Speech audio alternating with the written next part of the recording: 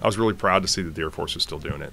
That for 64 years we've had this kind of involvement out here, and for 64 years we've been using this as an operation to emphasize our commitment to the region, and it's a lot of fun too because we get to go out and just do something that's nothing but goodwill.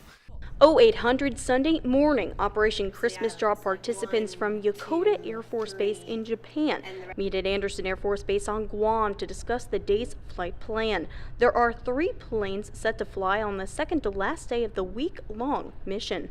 Objectives today: safe delivery and supplies to the people of Micronesia. We're wrapping up here, so you second to last day. Weather is integral as the Air Force crews have to travel many miles and have clear visibility to see the drop zones in the islands. So you guys will be operating closest to the weather. There is a pretty active cell to the southeast, but it's still, I believe that's 50 to 60 miles out, and it's mostly moving west.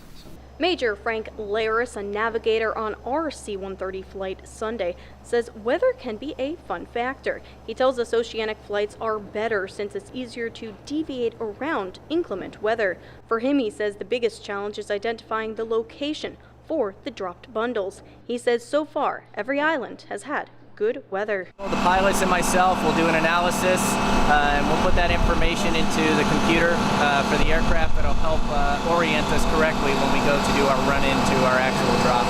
Laris says the views are beautiful from up above and the mission rewarding.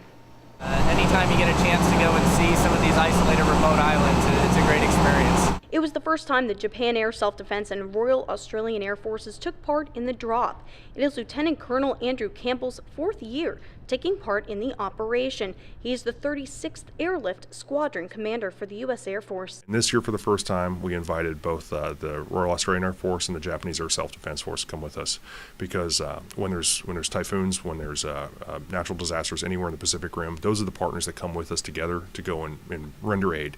And the practice that we get here to go and do that is really, really meaningful when it matters. While KSBN was on the base, Japan was on their way out after joining in the drop this week. We cannot accomplish the mission without your help, especially the Lieutenant Colonel Campbell's help. We got a lot of the lesson learned, and we want to fly next year too. And thank you so much. There's another major player in the Operation Christmas Drop. Bruce Best works out of the University of Guam. He works with the telecommunication and distance education operation, communicating with countries in the remote areas of the Pacific, we learned. He helps to coordinate the needs of the islanders as well. I called Bruce right away and I said, what do they need? And he said, pots. Get heavy cooking pots. So I was there in Tokyo. I went to a warehouse and I was able to procure just a whole bunch of real heavy aluminum cooking pots. Operation Christmas Drop is in its second to last day. We're here on the flight line as crews are getting ready to load the supplies for today's mission. The boxes are locked in place on rollers inside the cargo plane to ensure they do not move during the trip. Maintenance is a key aspect of the pre-flight mission. Tech Sergeant Joshua Lucero is flying with the Santa 6-2 flight Sunday, his first time to push a pallet out of the airplane.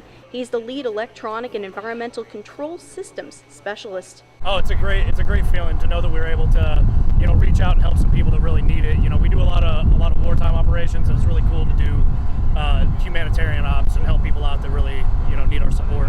After the cargo is loaded and maintenance checks are complete, the day's mission begins. Crews get seated for takeoff. Once we reach a cruising altitude of 17,000 feet, it was nothing but blue skies, white puffy clouds, and ocean in our horizons. The plane for the day was called Santa 6-2. Once Santa 6-2 got close to the objective, it was time to descend and get close to the islands and the designated drop zones.